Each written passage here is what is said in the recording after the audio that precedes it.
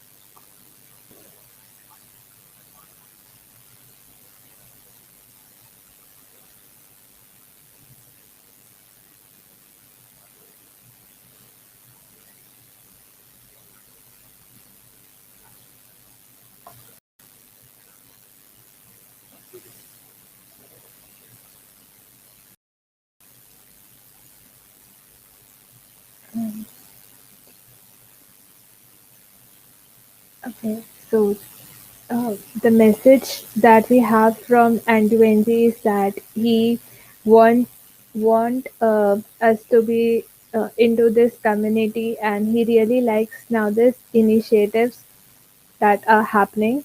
And welcome to the meetup, and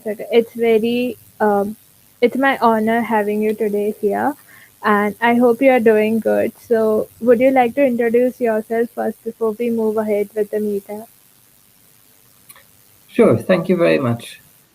Thank you very much for this invitation to speak to your meetup. It's always great to be able to speak to new communities that I haven't been engaging with before. So my name is Ansgar Koene. I am a global AI ethics and regulatory leader at EY. I'm also a senior research fellow at the University of Nottingham and director for a think tank, EMLSRI. So, and I've basically been doing research for the last couple of years in the questions around how digital technologies and especially algorithmic decision making are impacting on society. How do people understand that these systems work?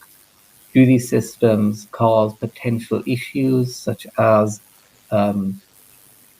who has agency over the kinds of interactions that you're having online, for instance, if there is a recommender system involved, those types of issues.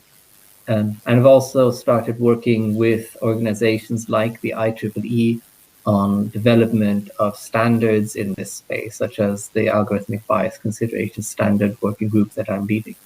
So today, I would like to give a bit of a talk highlighting some of the issues around the use of algorithmic decision making and why focusing purely on the question of do we have an accurate kind of system isn't going to be enough to address these larger societal issues that arise when these systems are being used in particular kinds of contexts where the outcomes will have implications for people's lives.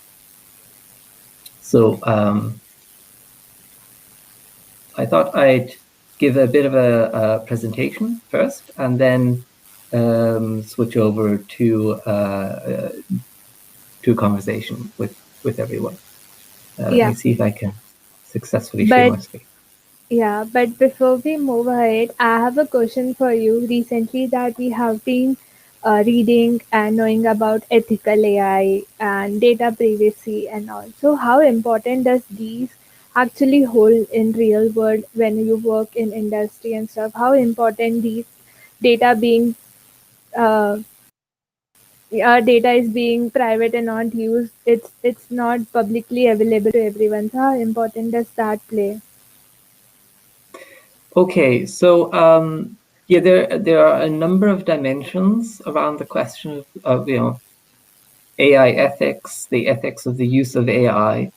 Data and data privacy is one of them. So the questions about where does our data flow, who's using our data, and very much the issues around the reuse of data. So I am initially engaging with a service, for instance, I'm buying something online. I provide data around my address in order for the thing to be shipped to me. That's fine if they use it for that purpose. But if that data then gets used for other purposes that I wasn't aware of, I didn't really think about when I engage with it, that's where issues start to arise, especially around sort of the privacy space. But there are also other questions that arise from automated decision making, especially with regards to understanding the decision making process. If we're using machine learning, we can get into a way of working where basically we are providing a large set of possible signals to the system. I'm giving information about your age, about your gender, about where you live, etc. I don't know which of these is going to be the relevant one that the algorithm is going to pick up on to make the decisions.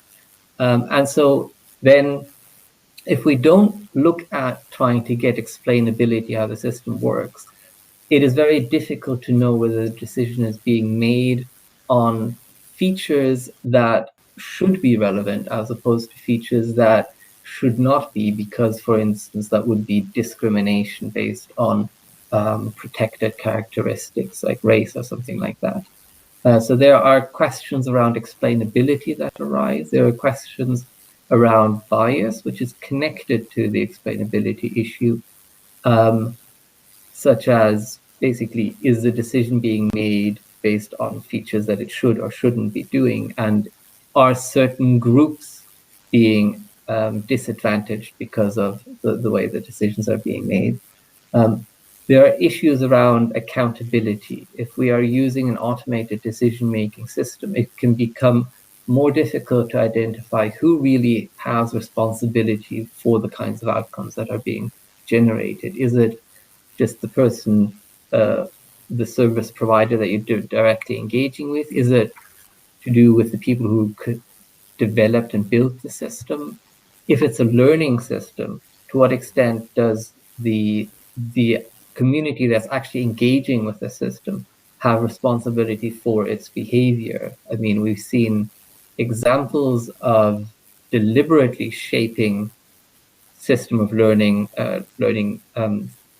algorithms into incorrect behavior, like with chatbots, Microsoft Tay being an example of that, where people deliberately gave it controversial content in order to make the system behave in a sexist, racist kind of way, just because they thought, here's a learning system, let's see what we can do with it. Let's see if we can make it into a terrible person.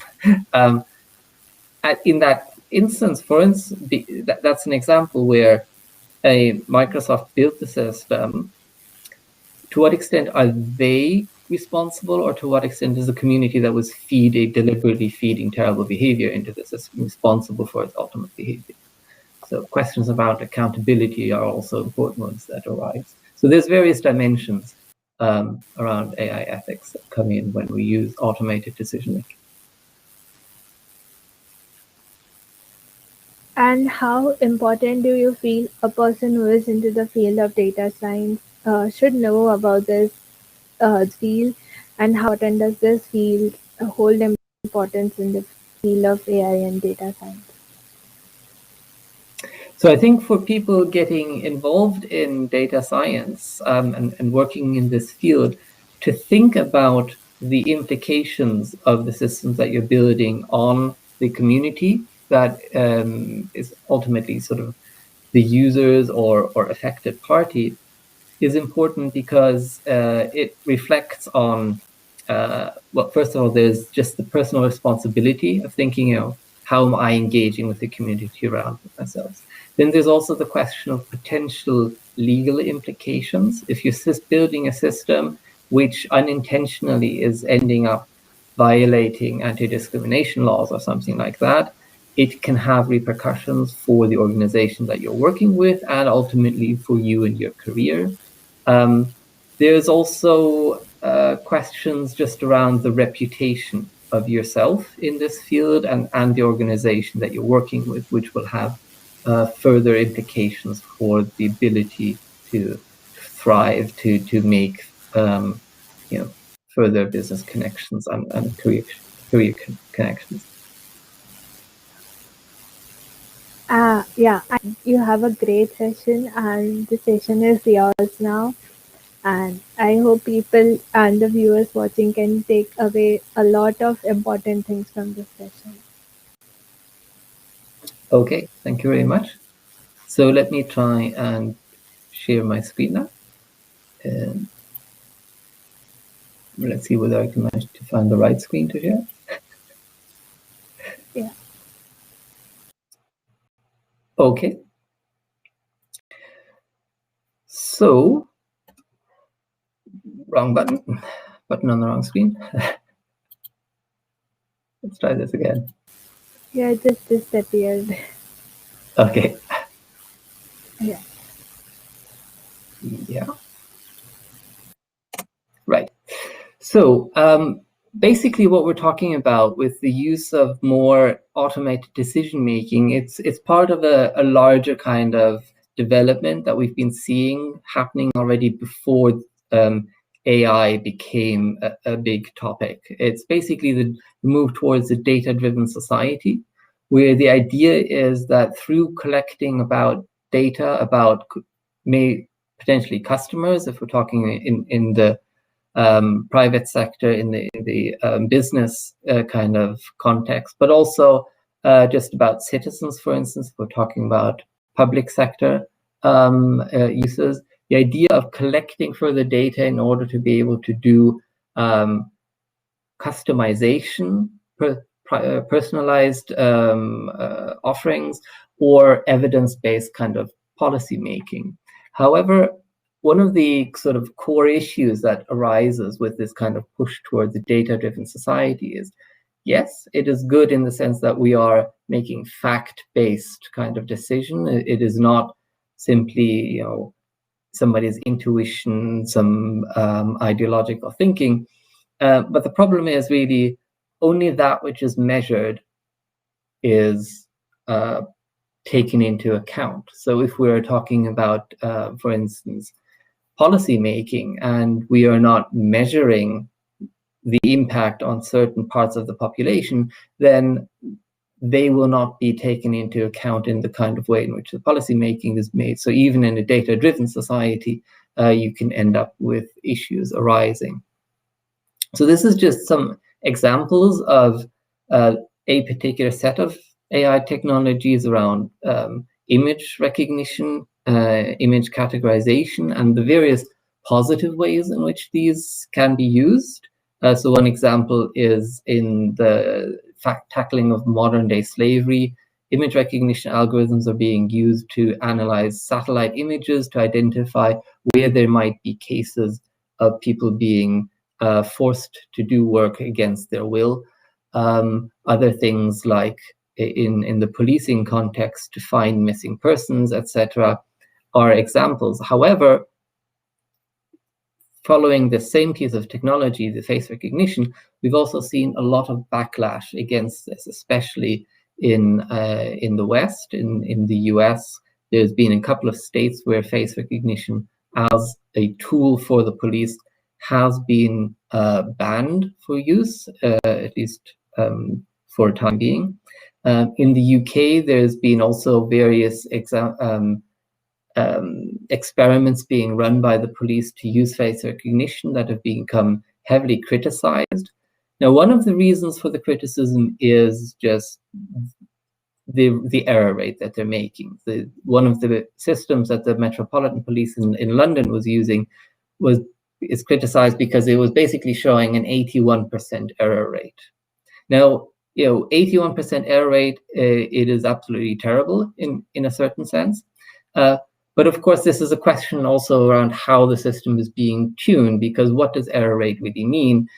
We're talking about two different kinds of errors. We're talking about false positives or false negatives. So the probability of flagging somebody who is innocent up as potentially being a criminal who is being sought versus the possibility of not noticing a criminal in an image. And so the police basically made a choice for that kind of setting, that they really want to be able to catch the criminals. So they're doing quite a lot of false positives because the algorithm flagging up this person as a potential criminal just means that afterwards a police officer will look at this, and at that stage it can be resorted. So the question about how accuracy is being discussed, and I'll be getting back to the question of false positives, false negatives, and their role in the dilemma around how can we actually just make better accuracy in order to resolve issues. So a big area that has been attracting a lot of the attention, especially in the policymakers space, and in the wider public around issues with automated decision making, is algorithmic discrimination. So the fact that the algorithms work better for certain populations than for others, or that the algorithms pick up on underlying signals that are related to differences in population groups and are using those as the driving thing for affecting the decision. So I'll go into a couple of these in a little bit more detail. So this was one case on face recognition, basically talking about differences in level of accuracy that face recognition algorithms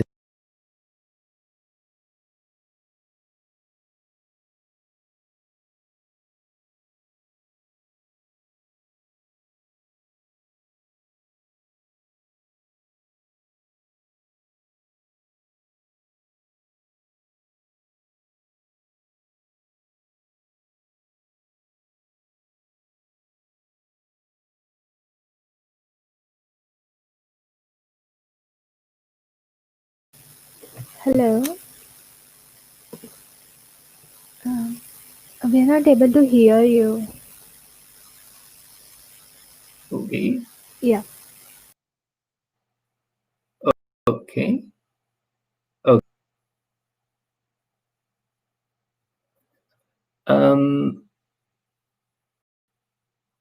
Just a question. Did we lose the signal for a bit there? We just lost some net.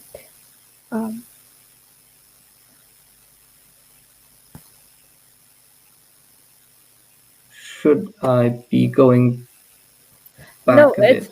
it's working completely fine now. Okay. So this is an example of a case where there's discrimination in the sense, or bias in the algorithms, in the sense that they are just performing better for certain population groups. So this is in the US case. A lot of the face recognition algorithms were being trained with certain data sets, the ADIANs or the IGB data set, which have, as is shown in the graph on the left, primarily they have light faces, largely male faces in the data set. And so they are performing much better for those populations than they are for African Americans, or generally darker faces. So they, Joy Bulwimi and Tim Nitbegru did a study regarding this performance, and then they created a new data set, training data set, that was more balanced across the various facial types. And one of the interesting things is that they showed when they pushed manufacturers of face recognition systems to actually use the more balanced data set, the PPV data set, as a training one, it actually also generated better performance for the light faces. So that were already performing better than the black before, using the balanced data set, they get better performance not just for the darker faces, but also for the lighter faces, because the algorithm is being pushed to really focus in more on the relevant elements of a face. But so that wasn't a case where, yes, you can say, just moving towards better accuracy actually resolves a lot of the bias questions. But here's a different kind of case. So this was the kind of result that Google Image would produce if you put in a search for CEO. This is from a couple of years ago. And it basically, as you can see, it would produce results that were effectively older white men. And the only female was CEO Barbie, and there's only very few non-white faces. But the problem is the algorithm was effectively picking up on the fact that images that have been uploaded to Google are and tagged with CEO are primarily elderly white men. And so it's reflecting, in a sense, it's reflecting reality. It is slightly emphasizing reality. The reality of CEOs in the US is that something like 80%, I haven't researched the exact number, but something like 80% of them are white men. So if the image result is going to purely reflect reality, then you will not get a balance between men and women, between races in the results for this image search. The question is really, what should the image search result be? Should it just be whatever the current reality is, potentially even slightly emphasized is by the algorithm, or should it be that which we want society to be? We've said as a society we want it to be that men and women can equally be CEOs. We want it to be across different races. The results that you get from this kind of an image search are going to have an impact on young people who are deciding, is there a chance for me to have a career where it's possible to become a CEO? If all of the images that you see are only white men, then perhaps if you are a black woman, you will decide there's no point in trying to go into business. There's no chance of me becoming a CEO. So there are societal implications for the ways in which these responses come, but it is not a case of just increasing accuracy, because there is a difference between the real world situation that we currently have and the situation that we as a society have said that we would like to have. And so now there is an ethics issue that arises. As an organization like Google, what is their responsibility? Is their responsibility to try and show what the world looks like, or is their responsibility to show what the world should look like? And that is not clear. That is something that there needs to be a discussion. They need to be able to communicate why their system operates the way that it does. But simply trying to push for greater accuracy doesn't work, because what does accuracy actually mean in this context? And that's kind of a recurring theme. A different issue was with the use of predictive policing.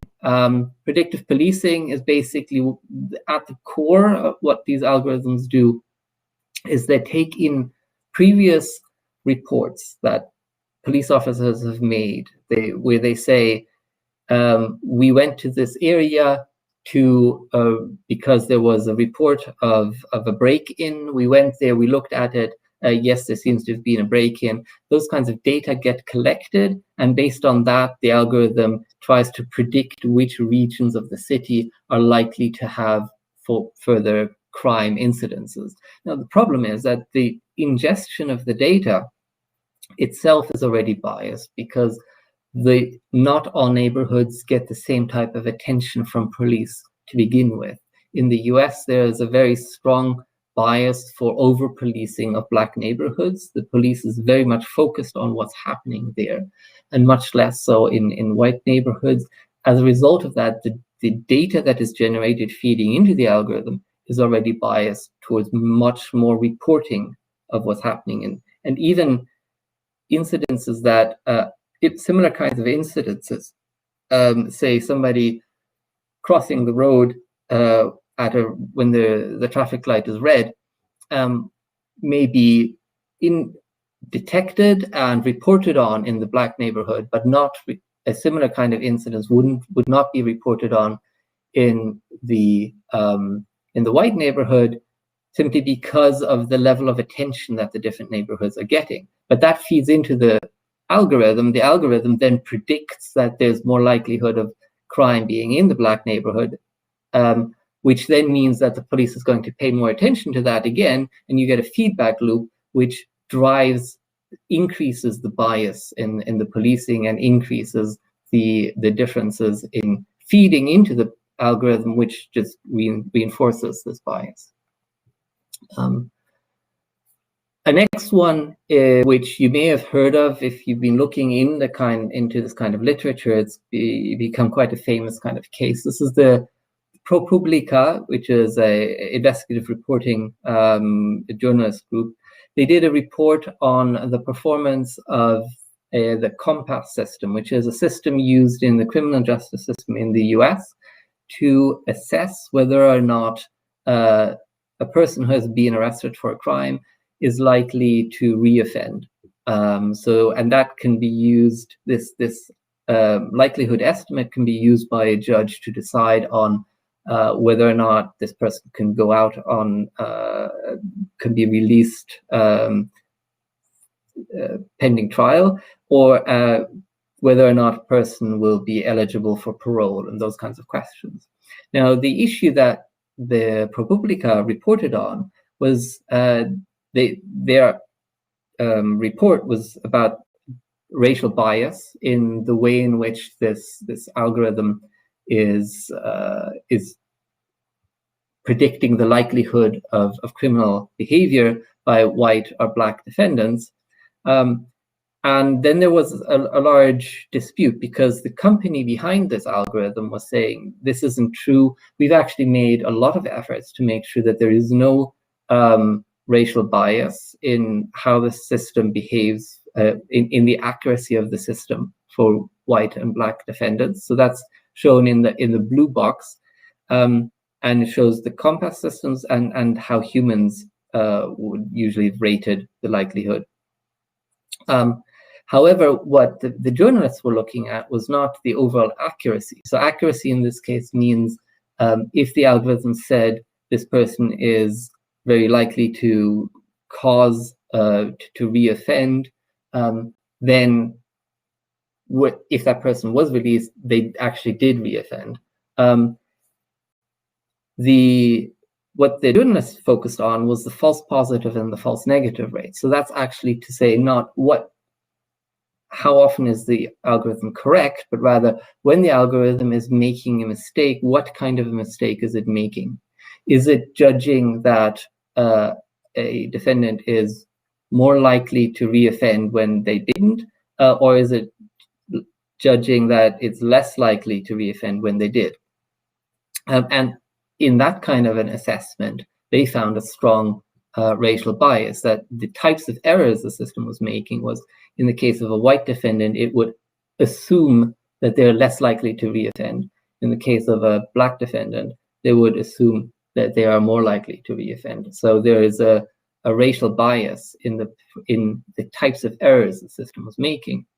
And one of the reasons why this particular instance has attracted a lot of attention in the academic community that's doing research on these types of issues is because it very nicely highlights the underlying problem that it is mathematically impossible to balance the system, make it unbiased across all of these measures at the same time. It is impossible for the system to be unbiased on accuracy, on false positives and false negatives, each of these simultaneously, because the underlying statistics, the actual real world statistics of reoffending in white and black community are not the same. And so in this kind of a case, you cannot just say, well, we're going to make the system accurate, improve its performance. You need to talk about which performance is it that we are going to be targeting.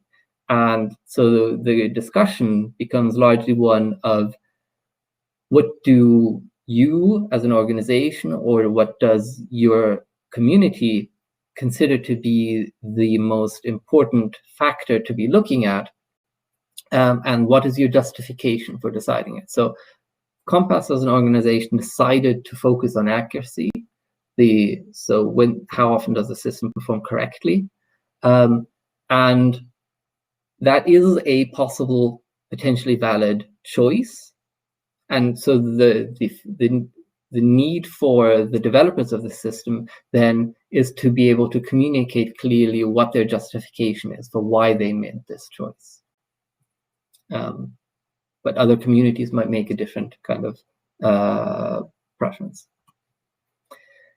And I think I'll, in the interest of, so the last example I wanted to bring up is one which, just because of the outrageous concept behind the paper, is one that I like to get back to frequently. So back in 2017, there was a paper that came out which was talking about using deep neural networks to detect, they say detect, sexual orientation based from facial images. So they would just look at the shape of your face and say, well, you're probably gay. Or based on this shape of the face, we think you're heterosexual. So there's a number of issues with this kind of study from an ethics point of view. First of all, there's the question around the way in which is there a reason to believe that there is a real underlying correlation between face shape and sexual orientation?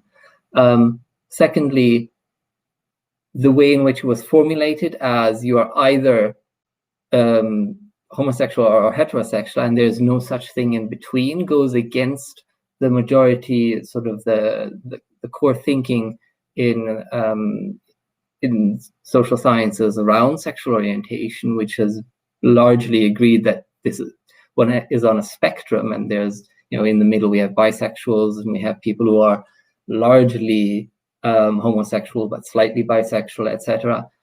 So the way in which the problem or the question has been formulated is inherently problematic. Then there's the question about the data sets that they were using, because the way in which the study was run is that they harvested facial images from dating apps without requesting permission from the people using these apps. And if in the dating app it said, I'm interested in people of my opposite gender, they would say, well, this face corresponds to somebody who's heterosexual. Subsequent assessments looking into these data sets actually also showed there were differences in the kind of lighting between so-called heterosexual and so-called homosexuals in their study, etc. So there were lots of issues with it.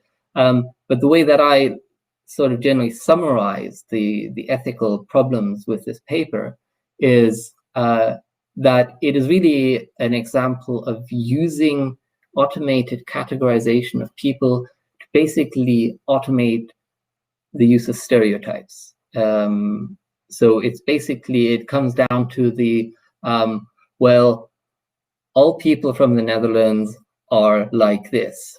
All people from India are like that. So I'm just going to use some kind of a marker, like you are from India, and use that to have a prejudicial stereotype of what you're going to be like. That's ultimately the way in which automated decision making was being used in this example. And this in itself is fundamentally problematic. So it's not just a question around whether or not the performance of the system seems to be accuracy. It's a question around the fundamental idea of using a system for this purpose, and the idea that you can make sensible predictions around people based on factors that don't have any causal relationship to their behavior. So as a response of these various kinds of issues that arise from using automated decision making, there has been a proliferation of thinking around AI ethics, and many AI principles have been published. So the European Union, for instance, last year had the high-level expert group on AI looking at ethics guidelines for trustworthy AI, which has become a basis for the development of regulation in this space, which is something that's currently ongoing. Academic communities likely came together for setting up AI principles, such as the Asilomar AI principles. Big companies like Microsoft and Google, etc., have published principles of AI. Technical communities like the IEEE have launched a whole area of work in this space now, and I'll get to that in the next slide. But also internationally, there is a movement to try and come up with clear, common understandings around AI principles that would apply across different countries and can become the basis for future regulation in this space. And so the OECD has been a driving force behind coming up with an international consensus on this. And so the OECD principles for AI that were published in 2019 were also then picked up by the G20 leaders who signed off on these. So this has become more or less the international consensus.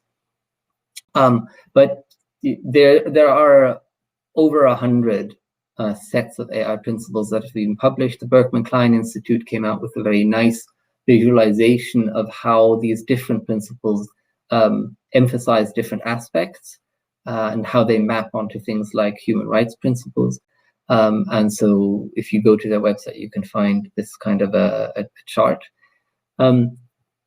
Largely speaking, they all sort of coalesce around core ideas of accountability, transparency, bias, human agency, and I think I missed another one.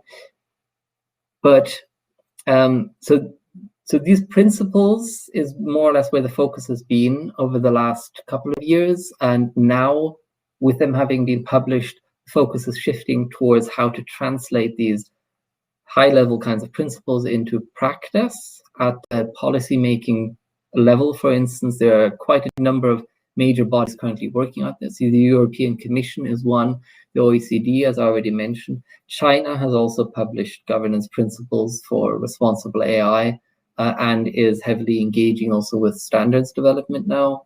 UNESCO is working through these kinds of questions and to make sure that other parties like the Global South gets more of a voice in this as well. The Council of Europe is another international body working on this and has prior experience in, for instance, privacy regulation proposals around that. The Convention 108 is the basis of, for instance, GDPR, but also being picked up in countries outside of Europe. And so there's a fair number of work now, and IEEE, as I mentioned, is a whole global initiative on ethics of autonomous intelligent systems, which includes a piece of work, Ethically Aligned Design, which you can download for free from their website, and it provides some further thinking around these ethics issues and what types of issues arise, also how to conceptualize them, and some further material to read. So it can be a valuable reference material. But there's also a whole set of standards that are being developed. So it's industry standards that are meant to provide a kind of guide towards best practice for the implementation. And so I'm leading the Algorithmic Bias Considerations Standards Working Group. These transparency of autonomous systems one is likely to get published sometime in 2021. The model process for addressing ethical concerns during system design is probably going to be published in the first couple of months of 2021. Others are still in the works. One that has already been published is the 7010 Wellbeing Metric Standard for Ethical AI and Autonomous Systems. So if you're interested in that, you can find that on the IEEE's websites, or you can contact me and I'd be glad to guide you towards it. So very briefly, what we're looking at in the algorithmic bias consideration standard is, first of all, it's about thinking, algorithmic systems are socio-technical. They're not purely technical systems. Once you put them into application, into use in the real world, they are built by people within organizations, within a social, political, and legal cultural context. And as such, they will always take on board whatever these people, these organizations have as their priorities, as becoming part of the way in which the system is being optimized. And so in the algorithmic bias considerations, one thing to take on board is we are not talking about getting rid of all bias. There's no such thing as unbiased decision making, unless we're talking about random pulling randomly from a uniform distribution. What you want is something that is biased according to relevant features that are relevant for this case. As an example, if we're trying to use an algorithm to help us with deciding who to hire for a job, we want the system to be biased according to skills that are relevant for the job. We want the outcome to pick the person who has the right kind of skills. We do not want the outcome to be biased according to something that is not relevant to the job, such as gender. So really what we're focusing on algorithmic bias considerations is to minimize bias that is unintended or unjustified and unacceptable within the context of use. And I have no idea what happened just there, but I'm actually quite happy to leave it at that and move to questions.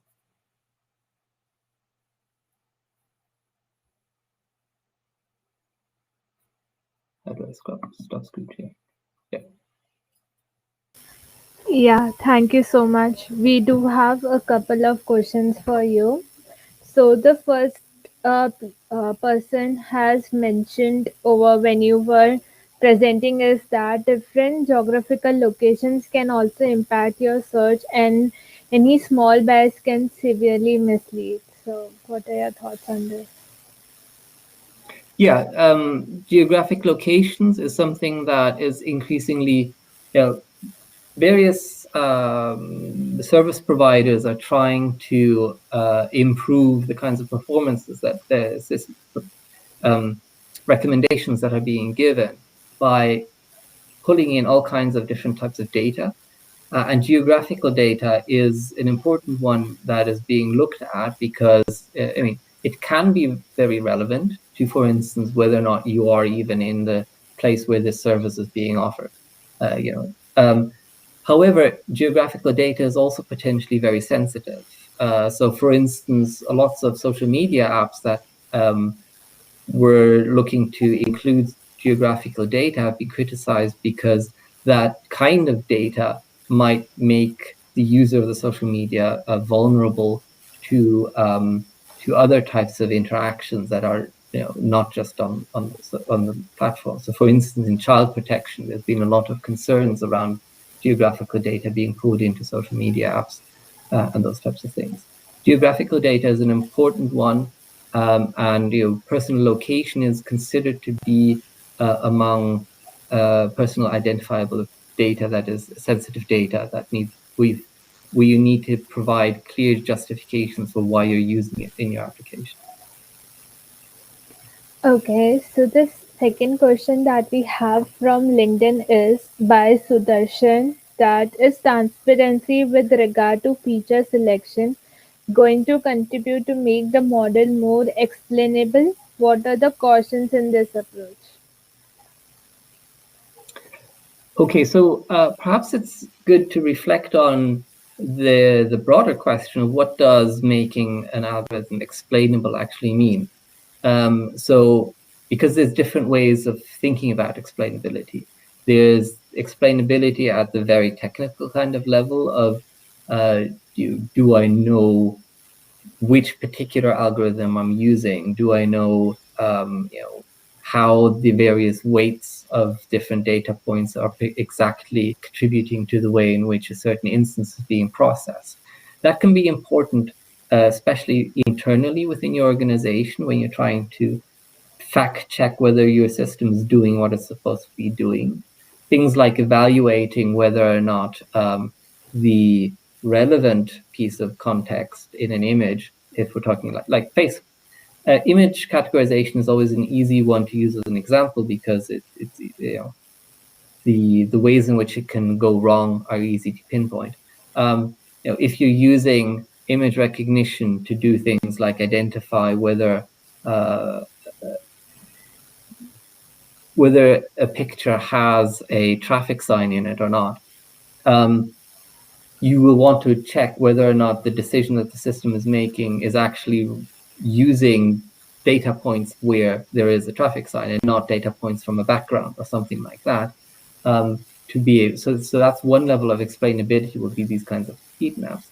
But the end user frequently isn't concerned with that level of explainability. I mean, if somebody's getting a credit assessment and their application for a loan is denied, they don't care about a lot of the details of how the processing goes. They want to know at the high level what is the rationale for the system. The system, what kind of data is it looking at, and why is it arguing that the fact that I spent 3 months living with my parents back 5 years ago. Why is that supposed to be relevant for the current assessment of my creditworthiness? Those types of things. That's what the end user wants to know. And so that doesn't really get into the heart of the details of the processing, but it gets into the larger question of why did you build the system this way? Why did you decide to ingest these types of data sets? And have you made an assessment as to that it's actually making causal relationships and not just spurious correlations, those kinds of things? So there's different levels of explainability.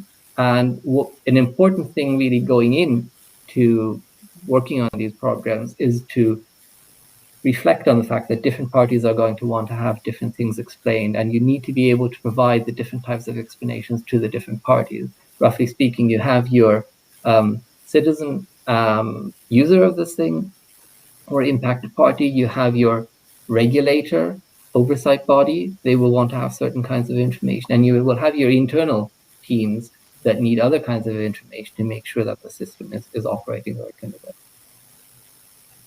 Okay, so the next question that we have from one of our viewers is, what are the some elements that help to improve the success of the model other than accuracy?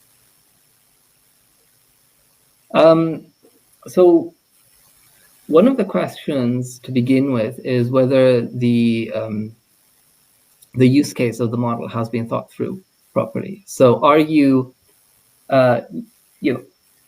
these models are very powerful in their ability to find correlations between things and as such produce output that may look very useful in the kind of training case that we're using.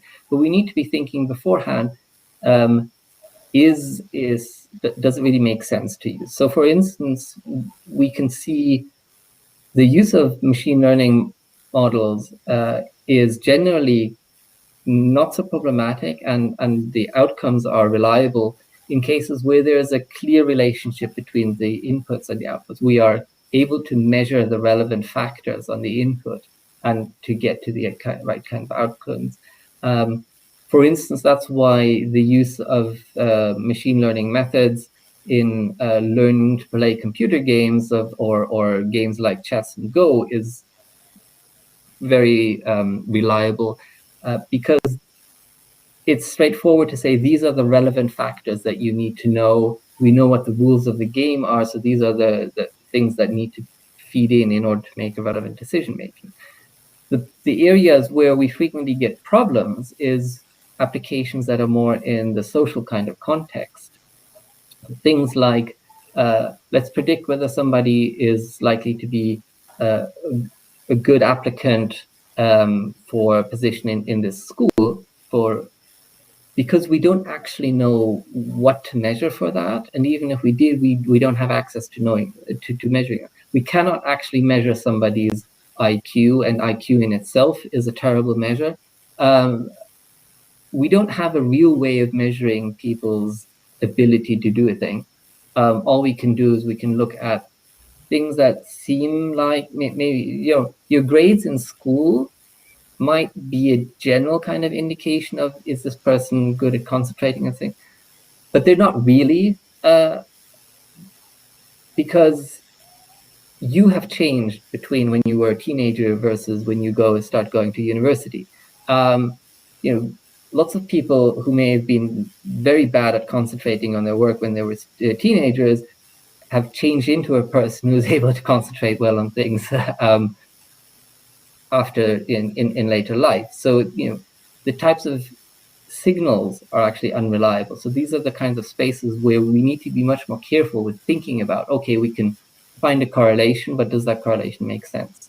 And is that correlation going to have may it have picked up on something else, like socioeconomic factors, which would lead to the system being biased against people from a poor background, and as such will have societal consequences that are not accepted.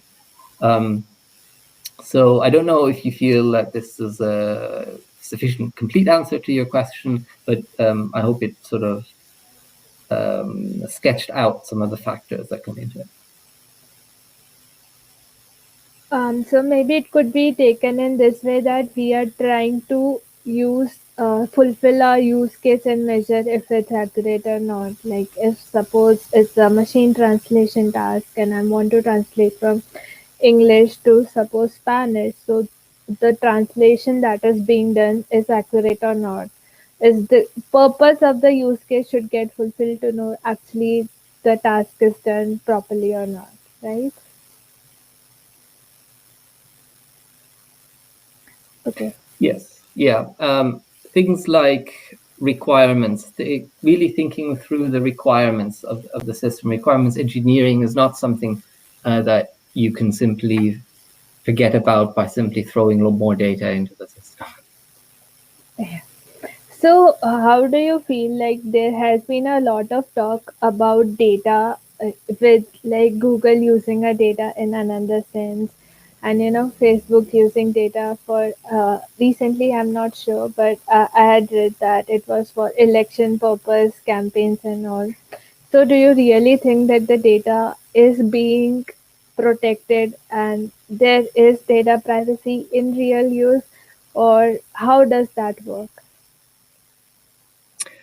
Well, there's a lot of issues with the way in which data is being used. For starters, we have the vast differences between the regulatory requirements and limitations on the kind of data that you can use. So GDPR gives a high level of protection for people in the European Union or for EU citizens' data elsewhere, but GDPR does not really apply to people in the US. In the US, they have the California data protection legislation, which is similar to GDPR in some senses. It certainly limits a lot the trade of your data, the buying and selling of your data between platforms.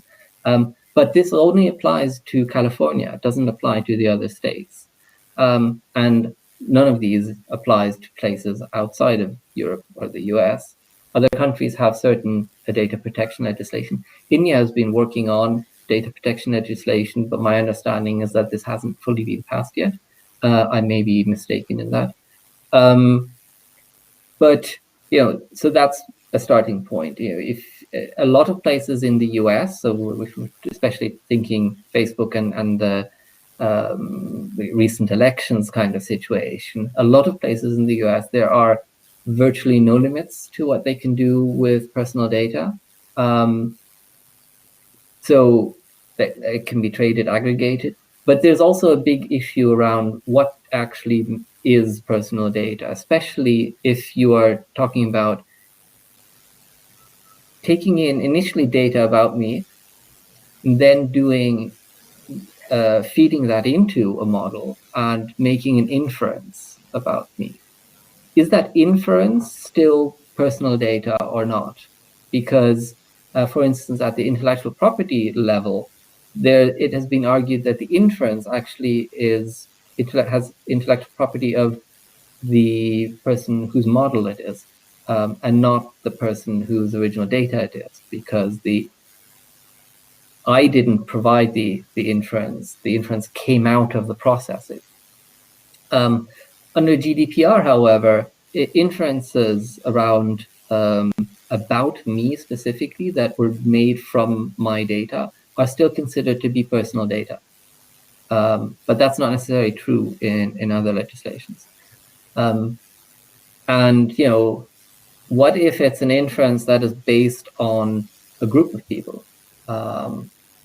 Is that still personal data? There's also the question, for instance, in genetic data, there's a big issue around how would you do consent to using genetic data? Because in a sense, if I give consent for a company to use my genetic data, I have implicitly given consent regarding my brother's data and my parents' data, because that is my genetic data has large overlaps with them.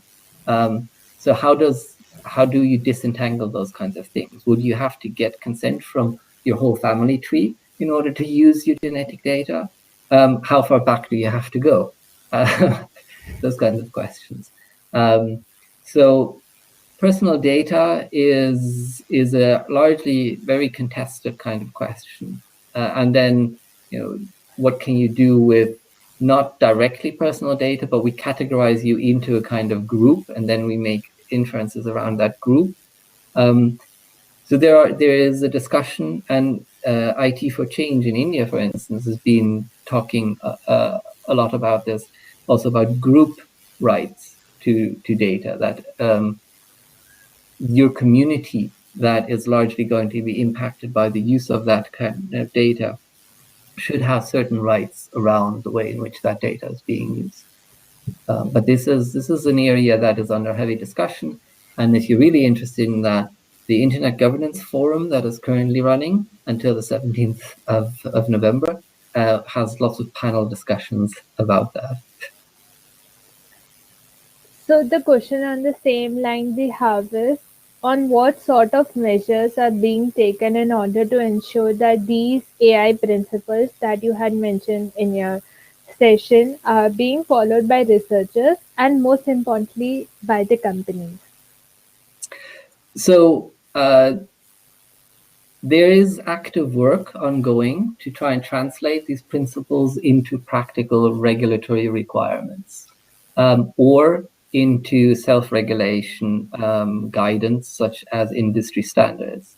Like I mentioned, IEEE is one of the standard-setting bodies that is doing work on developing AI ethics standards.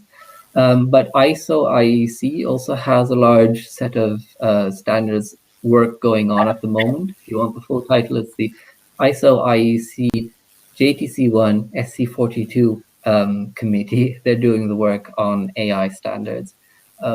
So it is anticipated that in the next year or 2 years that we will be getting industry standards in this space.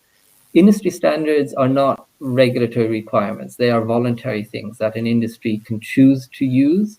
They can become semi-obligatory because of being written into, for instance, contracts. If you're engaged in supply chains, for instance, the company that is that you're going to be developing for, they may require that you are compliant with a standard, otherwise they won't buy your product. But there's also active work happening to translate these things into regulatory requirements, especially at the European Union level. So the European Commission published in February their AI white paper, which set out a number of directions in which they're going with legislation around AI. So one is looking at liability frameworks. Who is going to be liable if a system causes a problem? Another is to do an assessment between high risk and not high risk kind of algorithms. So if you're using an automated system in autonomous vehicle, for instance, where failure might cause death, then this is a high risk area. And so therefore it would have to require various oversight. It will be requiring high levels of explainability. It will be requiring that it goes through various testing, etc. But if it is an application in a low-risk domain, it's an AI that controls the non-player characters in a computer game. It does not have those kinds of requirements. And so there's one thing is that they've been talking about this kind of risk-based assessment. The details are still being worked out. There was a consultation. They received a lot of responses to that consultation. Many of them have pointed out that a binary high risk, no high risk is too coarse, that there needs to be intermediate level. We will get responses from the Commission soon. Perhaps it'll be end of this year, perhaps beginning of next year, to see how they've taken on board the results of the consultation. And they're definitely looking to move forward with legislation. Probably the first bit is going to be around the liability framework. In the US, there is some talk about looking at whether or not they should be passing some legislation. Obviously, we have no idea in which way that's going to go until we know the final outcomes of the current election. Japan and Canada have also been talking. There's also something coming out of Australia. I have to admit that I don't know what the situation is in India at the moment. But there are a lot of... Singapore has been one of the leaders in trying to set some regulatory clarity in this space. They've been focusing on certification requirements so that people working in this domain may need to get certified as having sufficient understanding around ethical implications, for instance, or perhaps the particular piece, the particular application has to be certified. It also depends which domain you're in. If you're, for instance, if you're working in the financial sector, there is already existing regulatory requirements around explainability of financial models that you need to be compliant with. But it depends also what the application is. So that's, for instance, why we're seeing in the financial sector, there's a lot of exploring with AI at things like chatbots for engaging with customers, and less so in the actual financial prediction, because chatbots don't have that kind of level of regulatory requirements that the investment predictor models do, and those kinds of things. So to a large extent, legislation has not yet caught up with it. It is still in the process. And so the whole political discourse, corporate lobbying, other groups discussing, raising issues is going on. But it's expected that we will be seeing legislation coming fairly soon. It was so good having you and hearing your views on ethics of AI and data privacy. And I hope our audience have enjoyed the session as well. And thank you so much for joining us today and taking out your time on this weekend with us and for our community. Anything you would like to say before we end this session? Well, I'd like to thank you very much for this opportunity to speak to this community. It's been great in recent couple of months to get increasingly the chance to talk to the community in India about these issues. And please do reach out to me. You can connect on LinkedIn, or you can find my email address on the LinkedIn and email me. Or if you can't find that directly, Manpreet can probably help you get those Yeah. information. I'll link down his LinkedIn profile in the description box on YouTube, so you can check it out and follow him. If it's not possible to connect, you can definitely follow him and let him know in the comment section below that you want to connect with him if he forgets to connect with you. Thank you. Yeah. Thank you so much, everyone. Until we meet next time, bye and have a great day.